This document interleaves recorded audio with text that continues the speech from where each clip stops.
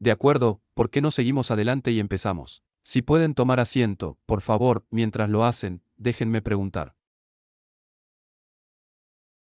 La mayoría de ustedes ha visto el cartel del karaoke de abajo.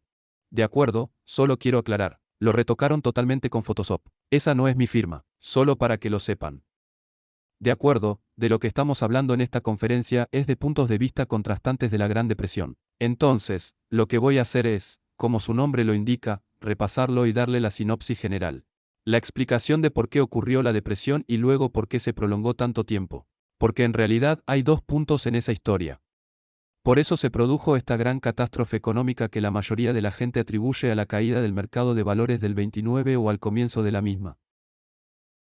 Pero más allá de eso, ¿por qué es así? Hubo, dependiendo de cómo se cronometrara, al menos una década de miseria económica absoluta que todos reconocerían como el peor evento en la historia del mundo, al menos en los tiempos modernos en lo que respecta a las economías. Y entonces, ¿por qué sucedió eso? Y ahí está la receta o la descripción de lo que pasó. Y luego, por supuesto, las recomendaciones, es decir, qué deberían haber hecho los gobiernos a raíz de esa calamidad o en el futuro. ¿Qué debemos hacer ahora para asegurarnos de que algo así no suceda? Entonces, como pueden imaginar, hay análisis muy diferentes, ya saben, diagnósticos de lo que sucedió y luego recetas de cómo deberían haberlo arreglado. Y cómo nos aseguramos de que eso no vuelva a suceder en nuestro tiempo. Y así, en esta conferencia, solo les voy a dar los principales enfoques de este tema de varias escuelas de pensamiento. Y como verás, la razón de esto.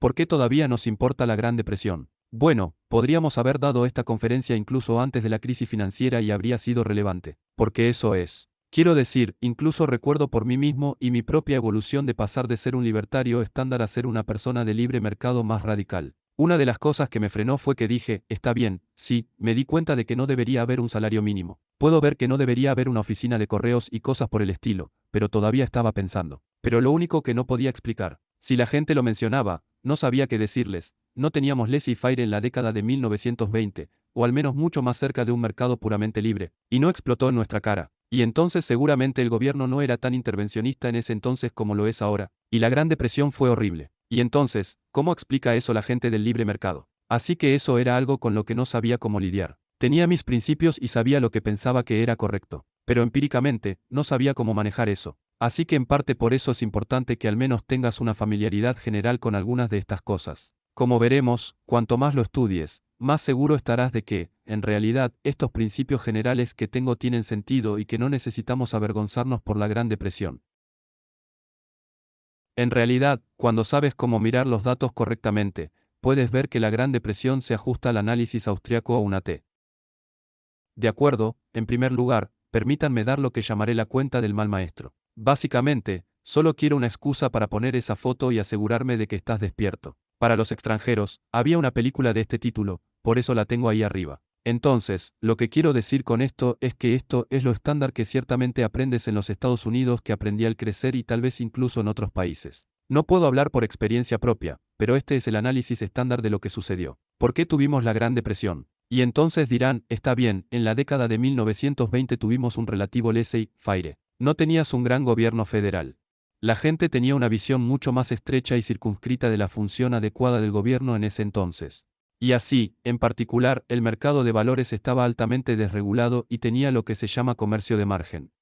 Y eso significaba que la gente podía pedir prestado y especular sobre las acciones y el problema. Y así se volvieron muy apalancados. Y así, a medida que el mercado de valores sube, eso es genial, porque ya sabes, la gente está viendo que se gana dinero en el mercado de valores y, por lo tanto, iría y negociaría en su cuenta de margen. Y entonces pedían prestado y luego iban a comprar acciones. El problema con eso fue que una vez que el mercado comenzó a caer, fue como un efecto de bola de nieve. Porque entonces, ya sabes, los corredores dirían, oh, espera un minuto. Esta persona en realidad no tiene mucho dinero en la cuenta de su propio dinero. Estaba operando con margen y, por lo tanto, si los precios de las acciones bajaban un poco, eso borra la piel en el juego que tenía. Y entonces habría lo que se llama una llamada de margen que dice, oye, tienes que poner más dinero o vender y cerrar la posición que tienes. Entonces, si las personas realmente no tenían mucho para empezar y estaban muy apalancadas, cuando las acciones comenzaron a caer, tuvieron que vender para descargar la posición. Y entonces eso era solo una espiral descendente. Así que tienes la idea de que están diciendo debido a esta desregulación o esta desregulación, que permitió una situación en la que tuviste una burbuja de activos y luego la gente la construyó, la construyó como una profecía autocumplida. La gente compraba acciones porque todos pensaban que las acciones subían, y eso hizo que las acciones subieran aún más. Y luego, por la razón que sea, una vez que comenzó a disminuir, solo hubo una estampida masiva por las salidas. De acuerdo, es el mismo tipo de fenómeno que ocurrió en el mercado de la vivienda más recientemente. Es el mismo principio. De acuerdo. Así que eso es algo que recuerdo que me enseñaron en mi clase de historia sobre qué causó la Gran Depresión o cuál fue uno de los factores contribuyentes. En cuanto a por qué el mercado de valores se disparó y luego se derrumbó. Y luego dicen, está bien, eso explica de dónde vino el accidente. Fue por esto. No había regulaciones prudentes en los mercados y la gente solo estaba motivada por la codicia. Y no tenías al gobierno como árbitro entrando y erradicando o eliminando prácticas riesgosas. Así es como sucedió la burbuja, y luego hubo un accidente. Y entonces, ¿por qué la crisis se convirtió en lo que ahora llamamos la Gran Depresión? ¿Por qué la economía simplemente se demoró durante años y años y años en esta miseria? Y la historia estándar que escucharías es, es porque el gobierno no hizo nada. Herberto Hoover era un constitucionalista estricto. No creía que el papel del gobierno federal fuera ayudar a arreglar la economía, por lo que se sentó y no hizo nada. Y luego, dependiendo del giro en particular, escuchará una de dos explicaciones. Una vez más, lo que estoy repasando en este momento es lo que a la mayoría de los estadounidenses se les enseña en la escuela y lo que voy a ver en breve, creo que es una explicación completamente errónea. Pero esto es lo que a la mayoría de los estadounidenses se les enseñó. Entonces dices, está bien, por eso tuvimos el accidente. Es por eso que la economía estaba sumida en la depresión. Entonces, ¿qué lo solucionó? ¿Qué lo resolvió? Y escuchará una de dos cosas. Algunas personas enfatizarán que fue la elección de FDR. Así que Herberto Hoover era el republicano que estaba en el cargo. Solo cumplió un mandato.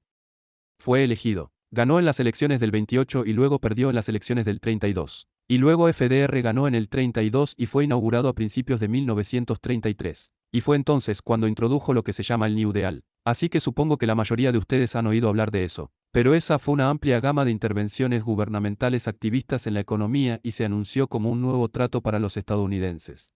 Y eso contrasta con el viejo enfoque o arreglo fallido entre los ciudadanos y su gobierno bajo Herberto Hoover. Esa era la idea de esa frase. De acuerdo, entonces dirán que eso lo arregló. O si estás hablando con alguien que es un poco conservador y no le gusta FDR, te dirá que no.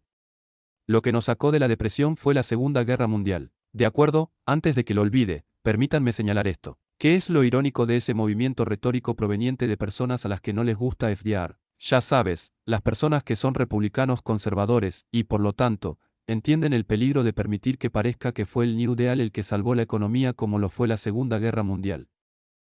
Pero el problema es que se contradicen a sí mismos. Están admitiendo, entonces, que fue el gran gasto del gobierno lo que nos sacó de la depresión. Así que realmente no están lanzando una salva contra la economía keynesiana, aunque puedan pensar que lo están haciendo. De hecho, tipos como Paul Krugman dirán, sí, en última instancia, lo que nos sacó de la depresión son los gastos en la Segunda Guerra Mundial. De acuerdo, esa es la explicación estándar que la mayoría de la gente te dará, independientemente de su ideología política, si son estadounidenses al azar en lugar de personas que han estudiado esto cuidadosamente o que sabes que son readmisos. Dr. Daly. De acuerdo, déjame repasar el relato de Paul Krugman ahora.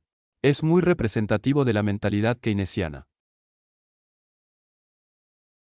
De acuerdo, las cosas que ha estado enfatizando. Y de nuevo, la razón por la que sé lo que piensa Paul Krugman sobre la Gran Depresión es porque en 2009 a 2010 estas cosas eran muy relevantes.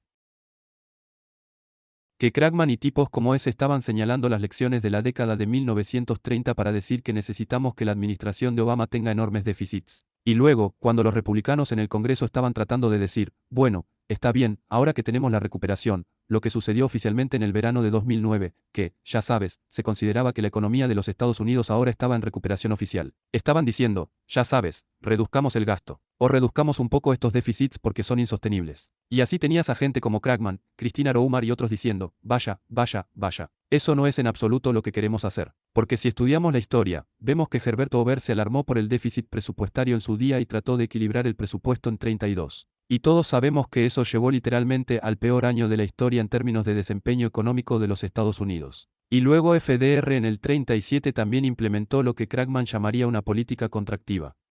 Y de nuevo, si nos fijamos en las estadísticas oficiales, Estados Unidos volvió a la recesión oficial en ese punto en el que técnicamente había estado en una recuperación a mediados de los años 30, y luego se hundió de nuevo en una depresión absoluta en 3738. Y entonces, según Krugman y gente así, es porque se endurecieron y trataron de promulgar más medidas de contracción. Así que claramente van a decir que la lección de la historia de cualquier persona que no sea un ideólogo es para concluir, tratar de equilibrar el presupuesto en medio de una recesión económica es una idea estúpida. De acuerdo, y entonces no pueden entender por qué alguien querría recortar el gasto en nuestro tiempo cuando claramente condujo al desastre en los años 30. Entonces, ¿por qué dice que le corresponde a la autoridad fiscal resolver estos problemas? Dijo, bueno, en aquel entonces se encontraron con el doble problema de que la política monetaria convencional se veía obstaculizada por la trampa de liquidez y un patrón oro. Ahora déjame detenerme un minuto y asegurarme de que entiendes, para que no te atrapen con los pies planos. Estrictamente hablando, la nueva posición keynesiana. Incluso las personas que abogan por grandes déficits presupuestarios cuando hay una recesión. Estrictamente hablando, si son precisos y consistentes con sus modelos, solo pueden decir eso cuando las tasas de interés se han reducido a cero o tasas de interés a corto plazo. De acuerdo, incluso Krugman oficialmente, y lo digo porque dudo que en la práctica alguna vez esté en contra de tener un mayor déficit presupuestario. Pero al menos oficialmente, su posición es, de acuerdo con sus modelos que utilizan, es decir, sí, estamos de acuerdo. Normalmente, si la economía está en recesión y el desempleo es demasiado alto, lo primero que sucede es que la Reserva Federal debe reducir las tasas de interés o el Banco Central debe reducir las tasas de interés. Y no necesita tener un déficit presupuestario. Eso sería un desperdicio de recursos. Estamos de acuerdo en que los políticos no pueden asignar recursos de la forma en que lo hacen las personas en el mercado. Bla, bla, bla. Solo se reducen las tasas de interés para estimular la demanda agregada y restaurar el pleno empleo. Pero si su economía es tan mala que ese mecanismo convencional llega al límite, es decir, reducir la tasa de interés de política monetaria a tasas nominales de 0% para que ya no pueda reducirla, al menos en circunstancias normales. Entonces es ahí donde necesita que el gobierno ejecute un déficit presupuestario para impulsar la demanda agregada a través de medidas fiscales. ¿De acuerdo? Entonces está el monetario versus el fiscal, y me estoy asegurando de que entiendas que esa es la posición keynesiana oficial. Y entonces, si dicen, oh, ustedes siempre están a favor de que el gobierno gaste más dinero, se erizarán y dirán, no, no lo hacemos. No nos estás leyendo con atención. Lo decimos porque hay una trampa de liquidez. Es entonces cuando el gobierno necesita ejecutar un estímulo fiscal o promulgar un estímulo fiscal. De acuerdo, en los años 30, él va a decir que ese era el problema, que las tasas de interés nominales se habían reducido mucho, por lo tanto, la Reserva Federal estaba presionando en una cuerda floja. Ese era un término que usarían. Y la otra gran cosa, dijo, es que en ese entonces tenían un patrón oro y por lo tanto, la Fed, incluso si quería ser más expansiva, tenía ese control adicional en su lugar, ya sabes. Y gracias a Dios hoy en día no tenemos esa limitación arcaica sobre la sabiduría de la Fed para poder ayudar, lo siento. Así que esa es de nuevo la cosmovisión de Krugman, en cuanto a lo que sucedió específicamente, de dónde vino esto. Él decía, oh, bueno, ahí. Sí, hubo una burbuja especulativa de nuevo debido a personas no reguladas en el mercado. Y luego, cuando todo eso se estrelló, tuvo lo que se llama un sobreendeudamiento privado.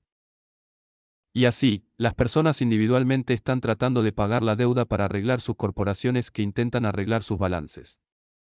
Y luego los acreedores no están gastando ese dinero, ¿verdad? Entonces, las personas que están endeudadas están restringiendo su consumo para ahorrar más para pagar su deuda. Pero aún así el crédito. Debido a que la economía es tan terrible, las personas que son los acreedores que reciben esos pagos no están aumentando su consumo. La idea es que la comunidad en su conjunto gaste menos. Y así, aunque individualmente, tiene sentido para todo lo que están haciendo que debería ayudar a ese hogar a mejorar financieramente. Si todo el mundo comienza a hacer eso, o mucha gente comienza a hacer eso, entonces se obtiene la paradoja del ahorro. De acuerdo, si la comunidad trata colectivamente de ahorrar más, en última instancia, eso reduce tanto los ingresos que las personas ahorran menos de lo que originalmente debían. De acuerdo, esa es la historia keynesiana estándar. Ah, y luego, en cuanto a lo que realmente nos sacó de eso, dice, fue debido a los enormes déficits que tenía el gobierno federal de los Estados Unidos.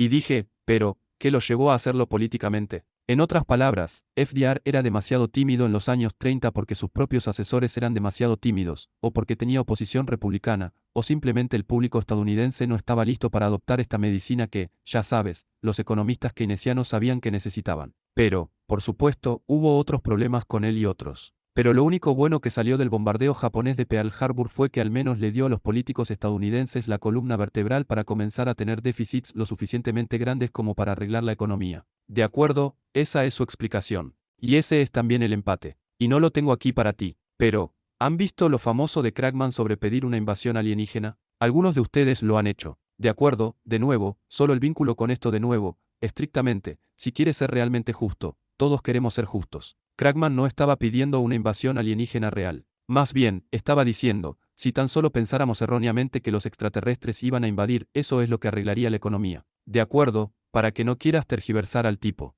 Y de nuevo, es lo mismo aquí. Estrictamente hablando, no es que esté contento por la Segunda Guerra Mundial y toda la muerte y la lucha. Se alegra de que hubiera algo que causara que el gobierno de los Estados Unidos tuviera déficits presupuestarios tan grandes porque no habrían tenido la voluntad política de hacer eso para, ya sabes, plantar árboles o construir puentes o algo así, pero lo eran. El público estadounidense estaba dispuesto a tolerar enormes déficits para derrotar, ya sabes, a los nazis en el imperio japonés. Esa es la posición de Krugman. Vale, y Milton Friedman y Anna Schwartz. De acuerdo, esto es lo que se llamaría la posición del monitor que estaría asociada con la escuela de Chicago. Así que aquí está. Es un poco matizado, así que seguiré adelante y te diré de qué se trata. Pero entonces te advertiré de algo. De acuerdo, en primer lugar, te lo dije cuando era más joven y estaba estudiando estas cosas y me estaba metiendo en la economía de libre mercado y me topé con la explicación de Milton Friedman de la Gran Depresión. Eso fue parte de lo que me hizo estar de acuerdo en que, está bien, esto, ya sabes, abrazar la economía de libre mercado no es una locura. Porque ahora la Gran Depresión no parece ser un fenómeno de mercado. Porque tienes a este gigante Milton Friedman explicando que, en realidad fue culpa de la Reserva Federal. De acuerdo, ahí está ese elemento. Y así, verás a mucha gente, como personas que leen National Review y tipos asociados, como con la Heritage Foundation o lo que sea, se aferrarán al diagnóstico de Milton Friedman de lo que salió mal en la década de 1930 porque se ajusta a su cosmovisión general. Sí, fue una mala gestión del gobierno. Sabes, los burócratas tomaron decisiones estúpidas, y sabes, eso es lo que arruinó el mercado. Pero hay que tener cuidado porque hay tipos como Krugman han arrestado a Friedman o Friedman Knights en este punto, es decir, bueno, espera un minuto.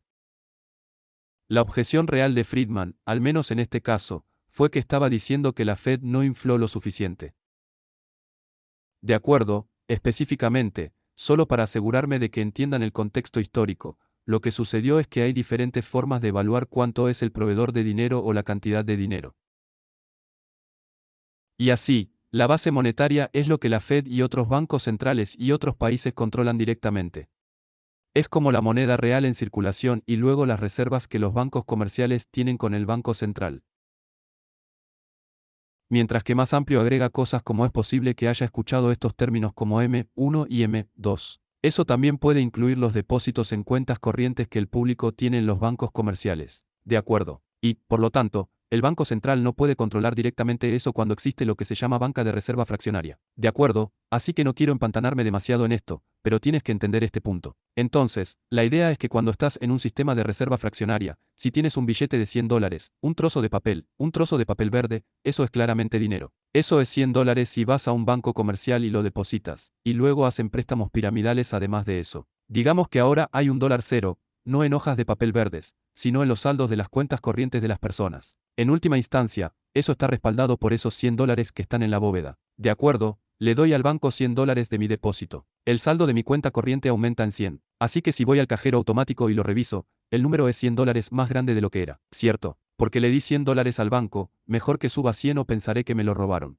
De acuerdo, pero como saben, los bancos no solo tienen todos los saldos de las cuentas corrientes respaldados al 100% por hojas de papel verde en la bóveda que solo tienen una copia de seguridad fraccionaria. Entonces, lo que eso significa es que, en cualquier momento, el dinero en la bóveda está apoyando mucho más en términos de que los clientes verifiquen los saldos de las cuentas, lo que están caminando por la ciudad pensando que tienen en el banco.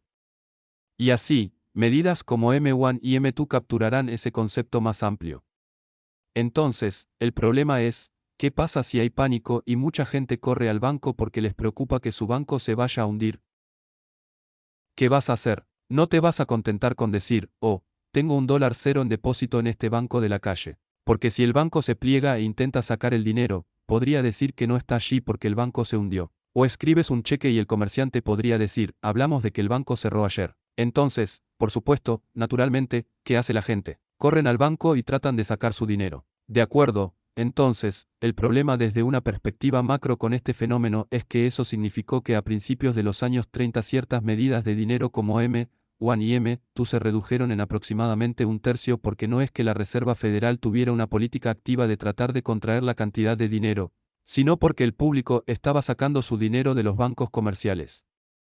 De acuerdo, y es lo opuesto a lo que dije que sí, si sacas $100 del banco en tu mente, no cambias la cantidad de dinero. Acabas de pasar de tener $100 en un banco a tenerlos en tu billetera. Pero ahora, si esos $100 ya no están en su bóveda, eso podría significar que es como un dólar cero, digamos en depósitos de clientes que ya no pueden mantener legalmente. Y, por lo tanto, tendrían que gustarles que, a medida que las personas pagaban los préstamos, el banco no podía renovarlos o no podían prestárselos a otra persona. Solo tendrían que dejar que el volumen total de préstamos se redujera. De acuerdo, lo que estoy diciendo es que si la gente colectivamente está tratando de sacar su dinero de los bancos para mantenerlo en forma de papel moneda en lugar de depositarlo, colectivamente, eso obliga, como M2, a encogerse. De acuerdo. Y eso significa que ahora hay un tercer menos dinero en la economía en un sentido muy legítimo.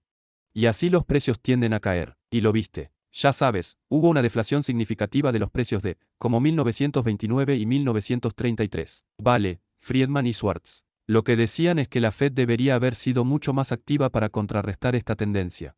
Que la Fed no debería haberse sentado sobre sus talones. Que deberían haber hecho más operaciones de mercado abierto para bombear más reservas para contrarrestar el deseo del público de retirar este dinero y mantenerlo en forma de moneda real. Y la Fed no hizo eso. De acuerdo, así es de nuevo.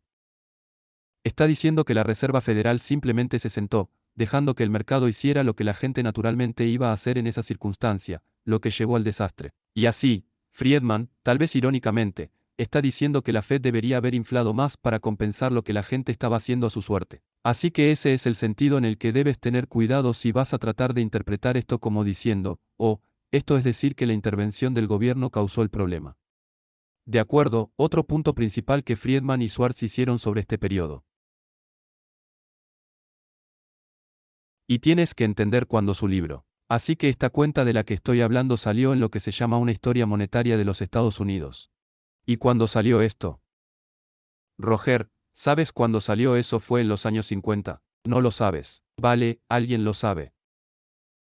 De acuerdo, creo que fue en los años 50 que salió este libro, Una historia monetaria. Oh, sí, la historia monetaria de los Estados Unidos. Anuló lo que había sido el análisis keynesiano convencional. Así que quiero que entiendas que esta era una doctrina revolucionaria. Porque los keynesianos, recuerden, pensaban que la Fed era impotente. Y así no estaban enojados con la Fed por no inflar lo suficiente. Decían que no podía ser. Estaba empujando una cuerda, ¿verdad? Las tasas de interés nominales se habían reducido básicamente a cero y como saben, no hay nada que la Fed pudiera haber hecho. Es por eso que necesitabas que el gobierno tuviera déficits presupuestarios. Esa era la historia keynesiana estándar. Y pensaron que había lo que, ya sabes, dinero suelto en los años 30 porque las tasas de interés eran muy bajas. Ese había sido el relato keynesiano estándar en los años 30 y 40. Así que cuando vinieron de nuevo, no recuerdo la fecha en la parte superior de mi cabeza. Creo que fue a mediados de los años 50 con su libro 1963. De acuerdo, bueno, estaban trabajando en ello en los años 50. A eso me refería. Entonces, está bien. Así que eso es lo que anuló lo que había sido el análisis keynesiano estándar.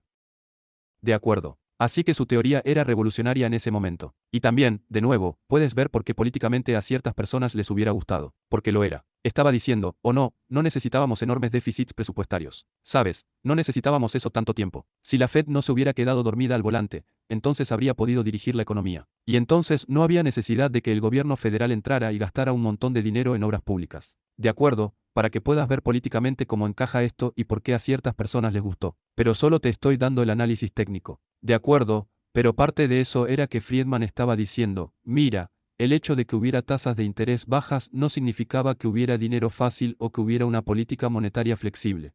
Es porque dado que la cantidad de dinero se estaba reduciendo y los precios estaban cayendo, la gente esperaba que el poder adquisitivo del dinero aumentara.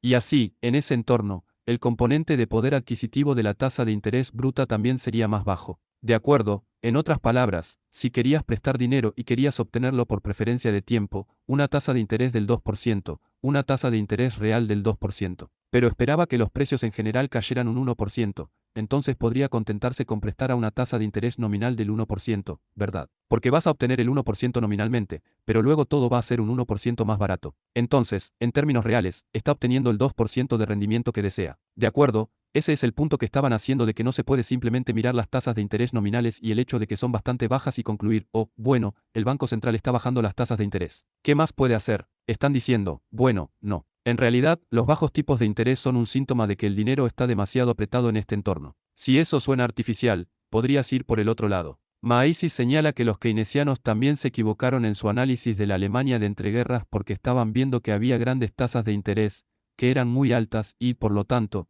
eran tasas de interés nominales.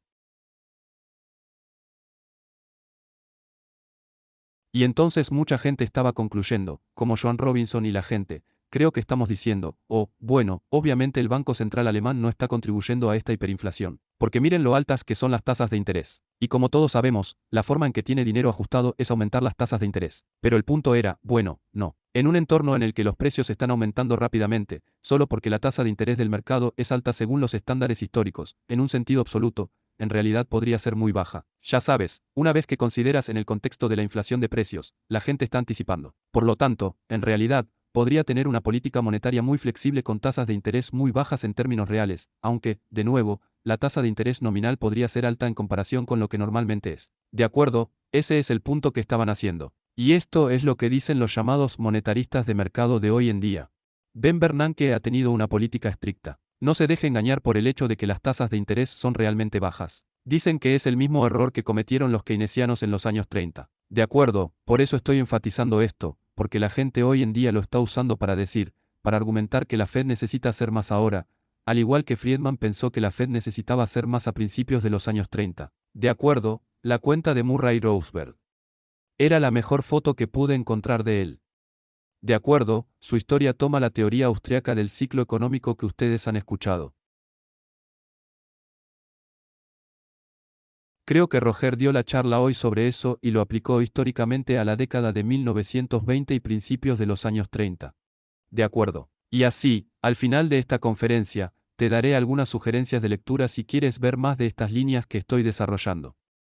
Así que su historia. Solo para preocuparse, la mayor parte del libro de Rothbard trata sobre los años 20 y la administración Over. Y ni siquiera entra en FDR en absoluto, porque lo que Rothbard está tratando de explicar es el auge insostenible. En cuanto a por qué lo hacemos, tenemos que tener ese gusto. Así que de nuevo, estoy seguro de que ustedes escucharon esto, pero vale la pena repetirlo. Y el enfoque austriaco cuando intentas explicar el ciclo económico, el problema no lo es. Caramba, ¿qué tiene que hacer el gobierno una vez que hay una recesión y el desempleo es realmente alto? ¿Qué necesita hacer el gobierno para arreglar la economía? No. La verdadera tarea de los estadistas, diría alguien como Maísis o Hayek, es qué políticas sabias quieres tener para evitar un auge insostenible. Que el boom es el mal momento. El auge es cuando se cometen errores, se hacen inversiones de correo, y luego, irónicamente, es el colapso donde las cosas se están reorganizando donde deberían estar, ¿verdad? Entonces, durante el periodo de recesión, lo que llamamos recesión o depresión, si es realmente malo, ahí es donde los empresarios entran en razón y realmente tienen que atacar.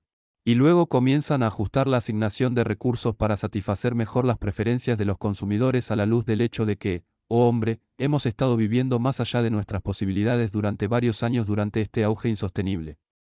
De acuerdo, eso es una desviación total de la forma en que muchos economistas ven estas cosas.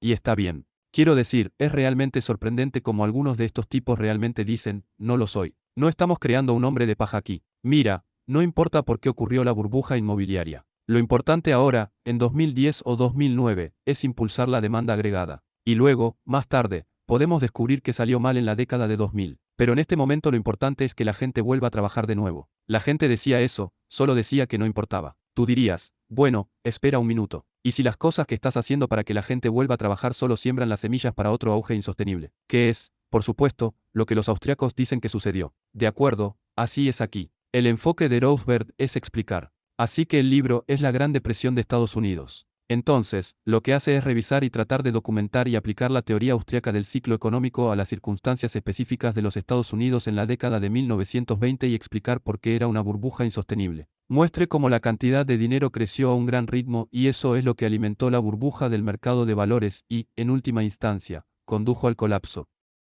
De acuerdo, no mencioné esto en el relato de Friedman.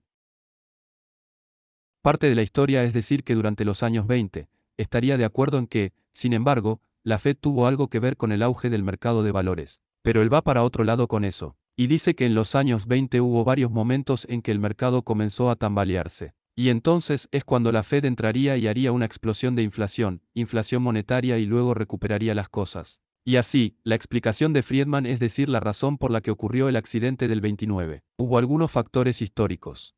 Benjamin Strom era el tipo que había estado al timón y luego murió. Y, había un vacío de poder. Y da muchas curiosidades interesantes sobre las personalidades involucradas. Pero la explicación de Friedman es que, por varias razones, la Fed no acudió al rescate y mantuvo el auge o el aumento de los precios de los activos. No sé si lo llamarías un boom en 1929 y por eso hubo un crash. De acuerdo, y la idea es que si solo hubieran seguido inyectando estímulo monetario adicional cada vez que las cosas comenzaran a desacelerarse, habría habido una expansión perpetua. No habría habido necesidad de que hubiera ninguna corrección en absoluto. Y fue solo este ajuste completamente innecesario de la Fed lo que condujo al colapso, y luego la escandalosa falta de voluntad de la Fed para inflar para contrarrestar la deflación monetaria que luego condujo a la Gran Depresión. De acuerdo, esa es la historia de Friedman. Así que Rothbard es todo lo contrario. Rothbard dice que no. Fue la política expansiva de la Fed en los años 20 la que comenzó a impulsar esta burbuja insostenible. Y sí, si quieres decir por qué se estrelló, es porque la Fed dejó de bombearlo. Pero la respuesta a eso no es decir, así que si solo la Fed hubiera seguido bombeándola por los siglos de los siglos, nunca hubiéramos tenido un colapso. Solo habría hecho que el accidente fuera mucho peor. De acuerdo, y luego, así que ten cuidado aquí, déjame estresarme. Así que esto dice Over, participe en intervenciones sin precedentes para convertir la depresión necesaria de la pequeña D en la Gran Depresión. De acuerdo, déjame. De nuevo, esta es la cuenta de Rothbard. Así que hay dos cosas que están pasando aquí, y estoy diciendo esto para que la gente entienda. Estrictamente hablando, si alguien dice, así que los austriacos piensan o Murray Rothbard piensa que la Fed causó la Gran Depresión. Estrictamente hablando, la respuesta es no. La cuenta estándar de Rothbardian-Messesian sería que la Reserva Federal causó la burbuja de activos a fines de los años 20, lo que entonces se podría decir que significaba que tenía que haber una caída del mercado de valores. Y resultó ser 29. Y seguro que eso sucedió. Incluso se podría decir que la política expansiva de la Fed requería que hubiera una depresión severa con una pequeña D a principios de los años 30. Pero no, la Reserva Federal, per se, no requirió una década de agonía. ¿Qué? ¿De dónde vino la década de la agonía? El hecho de que el gobierno federal, respondiendo a esa crisis, implementó todo tipo de intervenciones increíbles que distorsionaron la economía. Y eso es lo que hizo que las cosas fueran tan horribles durante tanto tiempo. De acuerdo, es una cosa de dos puntas. De la misma manera, en nuestro tiempo, no lo haría. Si alguien dice, entonces dices que Alan Greenspan y luego Ben Bernanke causaron la gran recesión y es por eso que la economía está tan mal en este momento.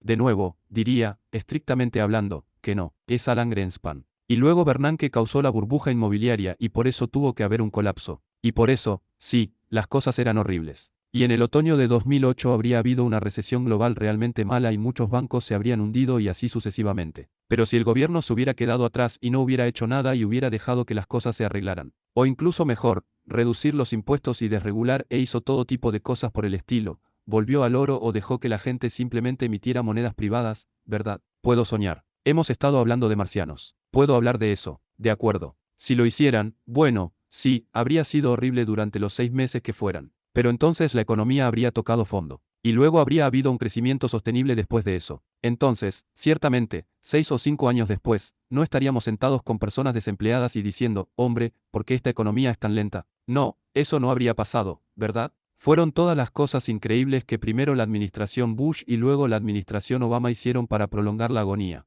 De acuerdo, esa es la cuenta Rothbard. De acuerdo, ahora uno de ustedes me lo había pedido hace unos días. Se me acercó y me dijo, oye, estoy leyendo America's Great Depression de Rothbard y no entiendo este tema de la sobreproducción. ¿Puedes responderla? Y dije, por ti, lo haré en la conferencia. Y luego revisé y dije, vas a la conferencia, ¿verdad? No quería pensar que eso hubiera sido incómodo, pero afortunadamente dijo que estaba bien. Así que permítanme mencionar esto. Entonces, lo que Rothbard hace al principio de este libro, La Gran Depresión de Estados Unidos, es que revisa algunas de las explicaciones estándar de por qué hubo la Gran Depresión. Y simplemente repasa por qué son tontos. De acuerdo, Estos son argumentos que la gente a menudo sacaría a relucir solo en general para explicar una recesión. Y así, uno en particular fue decir que hay un exceso general o que hay una sobreproducción general. Y así prima facie. Eso tiene una lógica. Porque lo que observas, particularmente en ese entonces, cuando todavía había dinero relativamente duro en lugar de similar, cuando había una hiperinflación y luego tenías una economía horrible con precios que explotaban. Pero históricamente, las recesiones o depresiones o pánicos y caídas se asociaron con la caída de los precios, ¿verdad? Entonces, los auges asociados con el aumento de los precios, y luego los precios caerían. Y es por eso que el poder adquisitivo del dinero fue durante largos periodos de tiempo, bastante constante. Por lo tanto, era comprensible que, desde la perspectiva de un empresario, que era una recesión, es todo. La gente no está gastando lo suficiente. Producimos demasiadas cosas. Tengo demasiadas cosas en mis estantes. Ojalá no hubiera comprado tanto. Ojalá no hubiera aumentado tanto mi inventario. Produje en exceso porque claramente mis clientes no pueden permitirse comprar todas estas cosas. Y ahora tengo que reducir los precios para sacar esta mercancía de aquí, ¿verdad? Entonces, esa es la perspectiva de la persona de negocios individual, tal vez si está luchando durante una recesión. Y así era comprensible. Algunas personas extrapolaron y dijeron, oh, entonces, ¿qué sucede en un nivel macro cuando hay una caída? Es que la economía durante el auge se volvió tan productiva, ya sabes, conseguimos a nuestros trabajadores tardíos, mejoramos. Tal vez tuvimos nuevos descubrimientos tecnológicos, invertimos mucho en capital y demás. Y nuestras fábricas comenzaron a producir tantas cosas que producimos demasiadas cosas. Y ahora, colectivamente, nuestra gente no puede darse el lujo de comprarlo todo. Y es por eso que todo tiene que colapsar y los precios tienen que caer. Y tenemos que reducir nuestras operaciones porque estamos produciendo demasiadas cosas. ¿De acuerdo? Así que Roosevelt señala, bueno, no, eso es una locura. Dice que siempre hay escasez, al menos en este lado del paraíso. Y, por lo tanto, no es el caso de que hayamos podido saciar los deseos o deseos humanos en términos de artículos materiales. Siempre hay bienes en un momento dado que, o, podríamos usar más unidades de este bien en particular. O siempre podemos inventar cosas que digan, oh, si tan solo tuviéramos más recursos. Teníamos los conocimientos tecnológicos. Podríamos hacer más de tal y tal cosa y eso haría a alguien más feliz en comparación con ahora. De acuerdo, siempre hay escasez económica. Y lo que está diciendo es que lo que sucede en un periodo de recesión es que los empresarios se dan cuenta de que invirtieron en las líneas equivocadas. Así que sí, ciertas líneas de producción se expandieron demasiado rápido, y luego no tenían los factores complementarios para llevarlo a la línea de meta. Así que permítanme darles un ejemplo exagerado. Si de repente usamos un montón de recursos para fabricar miles de martillos nuevos, pero no construimos más clavos, puedes ver cómo eso no funcionaría, ¿verdad? Entrarías en eso unos años. Las cosas podrían verse tan bien que la fábrica que saca los martillos pensaría, oh, los tiempos son buenos. Pero colectivamente, si no hay clavos para acompañarlo, esos martillos son un poco inútiles. De acuerdo, aunque se mire de forma aislada. Es bueno tener más martillos. Ya ves cómo tendría que haber un equilibrio allí. Y eso es una especie de metáfora de, ya sabes, una expansión insostenible en el sentido austriaco, que simplemente no es compatible intertemporalmente. Que los planes no se alinean y terminas con que tienes demasiado de algunos tipos de bienes de capital y no lo suficiente de otros. Y todo el asunto no encaja. Y es por eso que el sistema necesita reiniciarse y recalibrarse.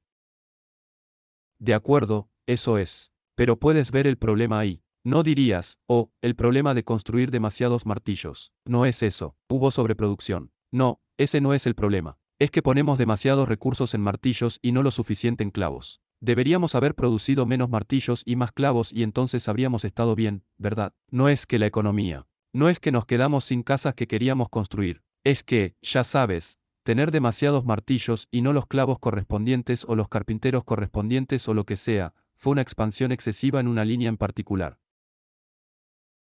De acuerdo, la cuenta de Robert P. Murphy.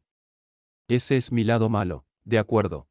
Así que aquí, por cierto, lo vas a ver. Así que hice Roosevelt, y luego voy a hacer el mío y voy a hacer Bob Hicks. Bob Hicks y yo somos totalmente consistentes con los Roosevelt y solo estamos enfatizando diferentes aspectos. O estamos tocando cosas en las que Roosevelt no entró en sus libros, ¿verdad? Así que no lo interprete como que no estamos de acuerdo con Roosevelt, mientras que lo que estamos diciendo los tres, Roosevelt, yo y Hicks, definitivamente contradice casi todo lo que dice Krugman. Y luego ciertas partes de lo que era la cuenta de Friedman. Vale, algo que hice en mi libro. Y de nuevo al final, te mostraré una diapositiva y te daré más información sobre estas cosas. Así que hice un libro, La guía políticamente incorrecta de la Gran Depresión y el New Deal. Llegó. El editor vino a mí a fines de 2008 después de que Obama ganara las elecciones porque la gente lo comparaba con FDR y decía, oh, Obama es el próximo FDR. Y comparaban a George Bush con Herberto Hoover. De acuerdo, y en realidad, lo gracioso es que en realidad eso tenía sentido, esa comparación, pero no por las razones que pensaban. Pensaban que George Bush era como Herberto Hoover, porque ambos no hacían nada y respetaban el libre mercado. Mientras que dije que no, él es como Hoover porque ambos intervinieron y no les importó su propio negocio. De acuerdo, una cosa que hice fue decir, de acuerdo, tanto los keynesianos como los monetaristas. Recuerde, el monetarismo está asociado con Milton Friedman. Lo son. Tienen sus diferentes explicaciones, pero en última instancia culpan a la falta de voluntad de las autoridades para actuar con suficiente vigor. De acuerdo, como veremos en un minuto, los déficits presupuestarios aumentaron con Herberto Hoover y aumentaron con FDR, especialmente en comparación con la norma histórica en tiempos de paz. Pero el argumento keynesiano es decir, oh, pero no fue suficiente. Era demasiado poco, demasiado tarde. Y lo mismo con Friedman. La Reserva Federal trató de estimular. No es que se hayan contraído activamente, pero su punto es siempre demasiado poco, demasiado tarde. Y entonces dije, está bien, veamos la depresión de 1920 y 21. Así que eso es algo real. Muchos de ustedes probablemente nunca escucharon hablar de él porque terminó en 2 años, como su nombre probablemente le sugiere, ¿verdad? Y no fue gran cosa, y boom, y condujo a los locos años 20. Y así, históricamente, la gente se olvida de eso. Pero si vas y miras bajo cualquiera de esos criterios para esa depresión, verás que el gobierno hizo lo contrario. Así que redujeron el gasto tremendamente, algo así como en un 60% o algo así en el transcurso de unos pocos años, ¿verdad? Se recortó tanto el gasto público. ¿Eso puede parecerte inconcebible? Bueno, es porque fue justo después de la Primera Guerra Mundial, está bien. Y así, el gobierno de los Estados Unidos había estado gastando una cantidad sin precedentes, y luego recortaron el presupuesto de manera bastante significativa después de que se ganó la paz. De acuerdo, entonces, bajo la cuenta keynesiana, uno pensaría, no solo que no aumentaron el gasto lo suficiente, sino que estaban recortando activamente el gasto de manera significativa. Bueno, vaya, ¿cómo es que eso no nos dio? ¿Cómo es que la década de 1920 no fue la Gran Depresión? Y de la misma manera, no tengo las diapositivas aquí para mostrarte. Lo tengo en mi libro si quieres ir a ver eso. Lo que hizo la Fed en la depresión del 19 a 2021 fue elevar las tasas de interés a lo que entonces era un máximo histórico y colapsaron.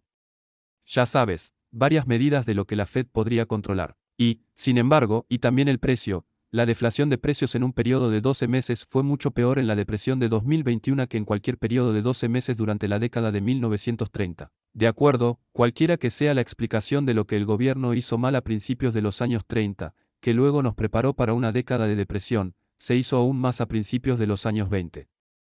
Y, sin embargo, lejos de ser los años 20 peores que los 30. No solo sus veinteañeros no eran malos económicamente, sino que los llamamos los locos años 20. De acuerdo, eso es en realidad lo que los historiadores señalan como uno de los mejores periodos en la historia de los Estados Unidos, donde hubo electrificación y la gente estaba obteniendo lavadoras por primera vez y cosas por el estilo. De acuerdo, entonces sería más difícil que los datos fueran peores para los friedmanitas o los keynesianos. Entonces, ¿qué hacen? Solo por curiosidad, la forma en que manejan eso es decir, bueno, las cosas eran diferentes. Era un tipo diferente de depresión. Que la depresión del 19 a 2021 no se debió a un pánico financiero. Fue solo porque ellos, la Fed, subieron las tasas de interés para sofocar la inflación de precios. Y eso era solo un estándar, ya sabes, un ajuste. No hubo esta crisis bancaria como en los años 30. Está bien, así que esa es la forma en que tratan. No niegan los números básicos. Solo dicen, bueno, ya sabes, es una situación diferente. De acuerdo, de acuerdo. En cuanto a las personas que argumentan que el New Deal o FDR nos sacaron de la depresión, simplemente,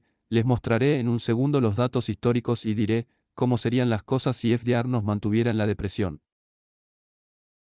Cierto, porque sabemos que asumió el cargo a principios del 33, y por cuenta de cualquiera, todavía estábamos en la depresión 8 años después. Y entonces, ¿qué sabrías? ¿Qué tendría que hacer para que pensáramos eso? ¿O no? Empeoró las cosas. De acuerdo, porque el hecho de que, ya sabes, en otras palabras, la depresión tendría que seguir con nosotros. Todavía hoy tendríamos que estar en él, ¿cierto? Entonces, el mero hecho de que la depresión en algún momento finalmente terminó no significa que FDR lo resolvió bien. Los diversos criterios por los que podrías pasar, dirías, está bien, bueno, la depresión terminó más rápidamente bajo FDR que las depresiones anteriores que terminaron históricamente. Y la respuesta es no, en absoluto, dices. O, ya sabes, al menos las cosas mejoraron gradualmente con él. No, en absoluto. O al menos la depresión mejoró en los Estados Unidos en comparación con, digamos, Canadá. No, no lo hizo. De acuerdo. Así que en el libro voy a través de varias maneras de mostrar. Si solo tienes la idea de que en realidad el New Deal empeoró las cosas, simplemente te salta a la vista que sí, esa es una explicación mucho más convincente. Una cosa que no creo que tenga en esta diapositiva es que señalé un problema con la historia estándar para decir, oh, la razón por la que la caída del mercado de valores del 29 no solo condujo a un rápido pánico y colapso y luego a un año de horror y luego de vuelta a la normalidad. La forma en que históricamente, las depresiones, generalmente con una pequeña d, generalmente ocurrieron en la historia de los Estados Unidos. Eso sí, hubo un accidente grave. La gente fue echada del trabajo. Pero un año después, 18 meses después, las cosas se estaban recuperando. Para explicarlo diciendo, oh, es porque Herbert Hoover no estaba dispuesto a hacer lo que tenía que hacer. Eso no tiene sentido, ¿verdad? Porque, según todos, Herbert Hoover no fue, en el peor de los casos, tan no intervencionista como todos sus predecesores. Cierto. No era como si Calvin, Coolidge, Harding o cualquier otra persona tuvieran un nuevo contrato y luego Hoover se deshiciera de él. ¿Ves lo que estoy diciendo? Como Hoover, incluso si fuera cierto que Hoover no hizo nada. Bueno, también lo hicieron todos sus predecesores en este contexto, ¿verdad? Así que eso no tiene sentido. Es un poco como decir, ¿por qué se estrelló ese avión? O, por la gravedad, ¿verdad? Y sí, se podría decir que te hace. Pero la pregunta es, pero la gravedad se aplica a todos los demás planos también. Así que en realidad no me estás dando una buena explicación. Así que lo mismo aquí en sus propios términos, incluso si no sabes nada de economía, el relato de culpar de la Gran Depresión a la inacción de Herbert Hoover simplemente no tiene ningún sentido. Mientras que si puedes discutir o no.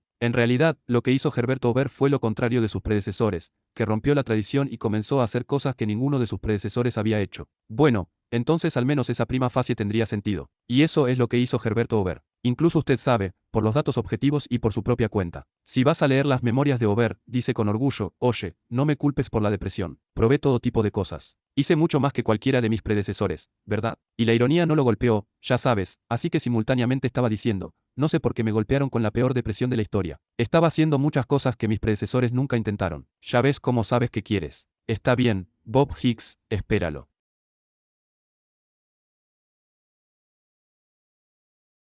Ese no es Bob Hicks. En caso de que algunos de ustedes no entiendan el chiste. De acuerdo, lo que hizo en su trabajo es enfatizar este fenómeno llamado incertidumbre de régimen. Y entonces, lo que señaló con el dedo es que no se trata solo de las medidas agregadas del gasto total, ya sea por parte de los consumidores o del gobierno. Si nos fijamos en la inversión privada, se puede ver que eso fue horrible durante los años 30 y que la inversión privada tardó mucho tiempo en recuperar el nivel que había tenido, como en el 29. De acuerdo. Entonces, si cree que en realidad es la inversión privada la que siembra las semillas para la expansión económica futura y proporciona un buen crecimiento económico, entonces eso es algo que sabe. Si va a observar las variables macro, esa es realmente una de las que desea interesarse en términos de ver cuál es el pronóstico para las perspectivas de crecimiento a largo plazo en esta economía. Que si las empresas, en conjunto, son solo, ya sabes, apenas están reemplazando su planta y equipo. Solo están dejando que las cosas se agoten. Al igual que hubo periodos en los que incluso hubo una inversión neta negativa, lo que significa que la nueva inversión fue menor que la depreciación. De acuerdo, las cosas se estaban desgastando y las empresas ni siquiera mantenían su nivel de equipo total. Simplemente lo estaban decepcionando porque pensaban que las cosas estaban tan mal. Y entonces Hicks estaba tratando de explicar eso y una de las cosas con las que se topó fue esta cosa llamada incertidumbre de régimen. Y lo que eso significaba es que no basta con mirar hacia atrás a posteriori a todas las cosas. Y yo también caí en esta trampa, hasta que Hicks lo señaló. Pero no es suficiente mirar hacia atrás y decir, de hecho, ¿qué sucedió bajo el New Deal? Porque si haces eso, podrías decir, está bien, sí, están sucediendo cosas horribles y aumentan los impuestos y hacen todo tipo de cosas ridículas. Pero se podría decir, pero nada de eso podría explicar realmente por qué los empresarios se reprimieron tanto. ¿Por qué no invirtieron en absoluto? Solo porque en el margen, ya sabes, las tasas de impuestos subieron tal y tal. ¿Por qué eso lo haría? Pero la cosa es que en ese momento no sabían lo que se avecinaba, ¿verdad? Esto no tenía precedentes para ellos. Y Hicks tiene algo que reproduzco en el libro. En mi libro, había una encuesta de Forbes o algo así como la de los empresarios de la época que decía, ¿qué opinas del presidente que se refería a FDR? Y una proporción considerable de ellos pensaba que era un dictador, ¿verdad? Y eso podría parecer, oh, deben haber sido trabajos de locos de derecha o algo así. Pero bueno, no, en todo el mundo, ahí es donde venían los dictadores. Ya sabes, nos estamos apoderando de otras democracias occidentales. Y FDR, recuerde, estaba cumpliendo más de 2 mandatos. De acuerdo, lo que fue, ya sabes, violar el precedente que había sido. No era inconstitucional en ese momento. Quiero decir, él tenía la capacidad de hacerlo legalmente, pero eso era una ruptura total con lo que los presidentes habían hecho porque no querían. Washington sirvió 2 mandatos y se retiró porque no quería que los estadounidenses pensaran que él era el rey. De acuerdo, mientras que FDR aparentemente no tenía problemas para ser el rey, ¿verdad? Es bueno ser el rey. Así que, como digo, hacer todas estas cosas que, en otras palabras, todos sabemos que es lo que nos dicen los libros de historia. Ese FDR amplió enormemente en la mente de los estadounidenses cuál sería el papel del gobierno federal en la economía. Bueno, entonces la otra cara de la moneda es que si eres una persona de negocios que tiene al gobierno entrando y mandándote y haciendo cosas que, en lo que a ti respecta, no se le permitió hacer, y luego está cumpliendo varios mandatos y todos los demás en todo el mundo en términos de gobiernos importantes, son literalmente un dictador. Puedes ver por qué. Eso te preocuparía por el futuro y te callarías. De acuerdo, esa era su incertidumbre de régimen. La idea es que no podrías, incluso si en este momento, a partir de las reglas del juego en 1936, si pensabas, está bien, ¿por qué no corre los números? Y ahora debido a, ya sabes, las tasas salariales son más altas, porque los sindicatos son más poderosos. Y ¿por qué no sigues adelante y ahora expandes tu negocio? El punto es que no sabes que las reglas podrían cambiar de nuevo. Si las reglas cambian drásticamente de 34 a 36, bueno, podrían cambiar de nuevo el próximo año. Así que no voy a invertir ahora. Voy a esperar hasta que esto se acabe. Y a mucha gente le gusta esa explicación de lo que ha estado sucediendo bajo la administración de Obama. Ya sabes, me da pena el tonto que tiene una gran empresa y tienes que proporcionar un seguro de salud a tus empleados porque las reglas siguen cambiando como todos los meses. Literalmente, no sabes lo que tienes que hacer para cumplir con la ley en este momento. Y no quieres hacer un montón de cosas porque podrías pensar, oh, tal vez el próximo año me eximan. De acuerdo, por supuesto, Haig dice que el gasto de la Segunda Guerra Mundial no puso fin a la depresión, y les mostraré en un minuto aquí algunos puntos importantes que hizo en ese sentido. Así que, a primera vista, la idea de que la guerra arreglaría una economía es simplemente horrible. Vale, quiero decir, no tiene sentido económicamente. Pero también, ya sabes, en términos de que un niño pueda entender eso. Dirías, oye Jimmy, las economías de todo el mundo son malas. Necesitamos que la gente vuelva a trabajar. Entonces, ¿qué tal si construimos un montón de bombas y empezamos a matar gente y a volar cosas? Sabes, el pequeño Jimmy diría que es una mala idea. Eso no va a arreglar las cosas. Y, sin embargo, irónicamente, hay economistas que argumentan eso con la cara seria. De acuerdo, entonces hay ese aspecto. Así que voy a guiarte en un minuto y mostrarte algunos de los argumentos que hizo. De acuerdo, pero antes de hacer eso, déjame ir por aquí. Así que esto es Over contra FDR. Apoyó los salarios y los precios agrícolas, al igual que FDR en el New Deal, tuvo grandes aumentos de impuestos y déficits. Lo he hecho. No tengo una diapositiva aquí para ustedes, pero y esto es algo que Rothbard señaló. Si solo lo reproduzco en mi libro, los aumentos de impuestos de la administración Over en 1932 son escandalosos cuando solo ves cuánto aumentaron los impuestos. De acuerdo, el punto es que muchas de las cosas que asociamos con el New Deal en realidad comenzaron bajo la administración de Over.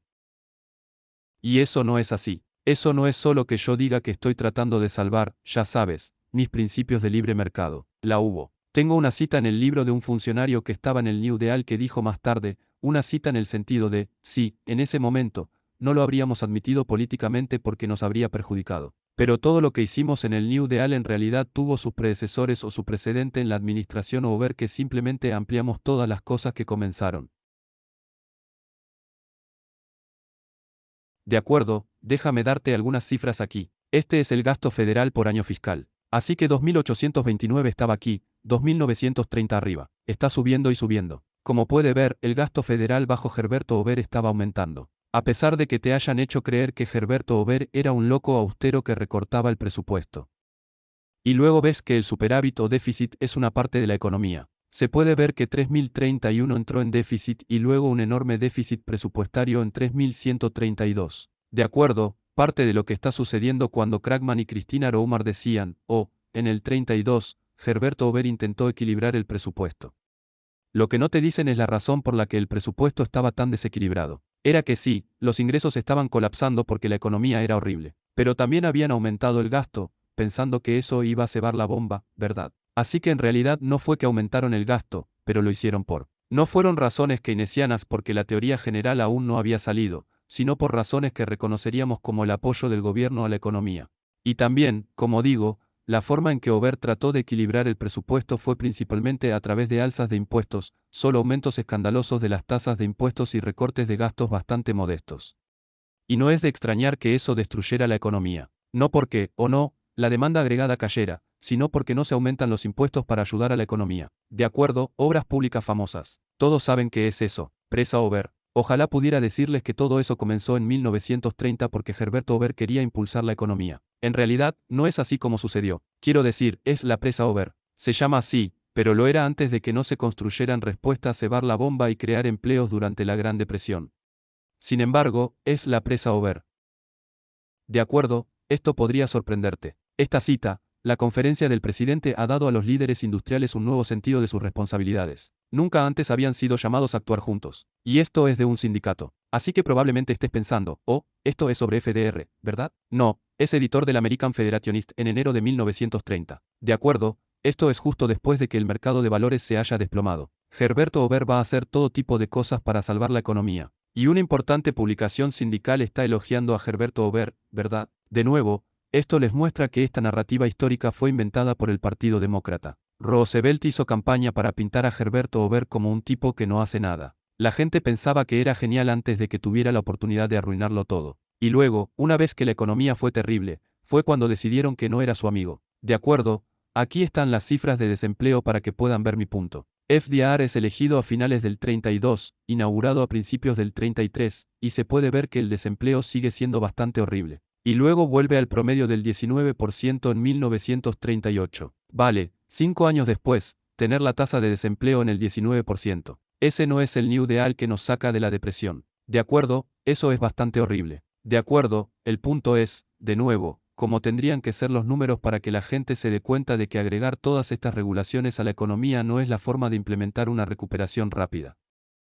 De acuerdo, déjenme leerles esto rápidamente a ustedes. Se nos acaba el tiempo. En la industria de la confección de Sidney Hillman, la autoridad del código empleó a la policía de cumplimiento. Vagaban por el distrito de la ropa como soldados de asalto. Podían entrar en la fábrica de un hombre, enviarlos, alinear a sus empleados, someterlos a interrogatorios minuciosos, hacerse cargo de sus libros. En el instante en que se prohibió el trabajo nocturno, escuadrones voladores de estos policías privados de abrigos y trajes atravesaron el distrito por la noche, derribando puertas con hachas, buscando hombres que cometieran el delito de coser un par de pantalones por la noche. De acuerdo, entonces, cuando hablas de la NRA y todas las medidas que tomaron para cartelizar los negocios, no fueron solo sugerencias que emanaron de la Casa Blanca y todos cumplieron.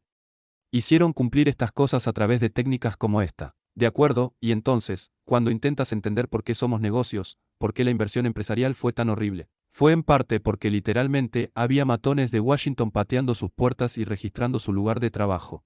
De acuerdo, las últimas cosas aquí. La Segunda Guerra Mundial nos sacó de la depresión. Permítanme resumir 2 puntos principales que hizo Hicks. Y luego, ustedes pueden ir a cenar. De acuerdo, la tasa de desempleo de Estados Unidos. Permítanme decirlo de esta manera, prima facie. Parece que si nos fijamos en las estadísticas macro, parece que la Segunda Guerra Mundial nos sacó de la depresión. Y por nosotros me refiero a los Estados Unidos de entonces. Así que el desempleo era de hasta el 25%. Bajó y, como vimos, volvió a subir al 1819%. Y luego se vino abajo. ¿Qué? A principios de los 40, y fue entonces cuando Estados Unidos entró en la Segunda Guerra Mundial. Así que ciertamente parece que el problema del desempleo fue resuelto por la Segunda Guerra Mundial. Pero como señala Hicks, la forma en que sucedió es que el gobierno reclutó hombres y los envió al extranjero, ¿verdad? Y ni siquiera fue uno por uno, ¿verdad? En otras palabras, como si reclutaran a 100 personas y las enviaran, las filas de los desempleados ni siquiera se redujeron en 100. Solo pasarían, como 80. Estoy inventando ese número, pero ese es el punto. Ni siquiera cayó uno por uno. Por lo tanto, hubiera sido más eficiente simplemente agarrarlos literalmente y moverlos a algún lugar. De acuerdo, esa es de nuevo la métrica del desempleo. Si la forma en que lo está resolviendo es simplemente tomando personas y enviándolas a una zona de guerra, obviamente esa no es una buena manera de medir el progreso económico. Permítanme hacer un punto más aquí para ustedes. Este es el PIB. Estas son las cifras del PIB. De acuerdo, de nuevo, puedes ver por qué. Si solo miras las cifras brutas del PIB, podrías pensar, oh, sí, fue la Segunda Guerra Mundial la que lo solucionó, porque aquí está el PIB cayendo. Esto es 3233, las profundidades de la Gran Depresión. Luego comienza a recuperarse cuando entra FDR. El New Deal parece estar funcionando. Oh, dispara. FDR trató de equilibrar el presupuesto en 3738 y luego, gracias a Dios, Japón bombardeó a Estados Unidos porque eso les dio la voluntad de gastar dinero. Y ahí lo tienes. De acuerdo, hay 2 puntos que Hicks hace para contrarrestar esto. De acuerdo, un punto es que, como estoy seguro de que muchos de ustedes saben, el PIB solo cuenta el gasto total, incluido el gasto público. Entonces, si desglosa esto en gastos privados y gubernamentales, se ve así. Entonces, incluso usando sus propias cifras, se puede ver que en los años de la guerra el consumo y la inversión privados eran más bajos de lo que habían sido incluso en las profundidades de la Gran Depresión.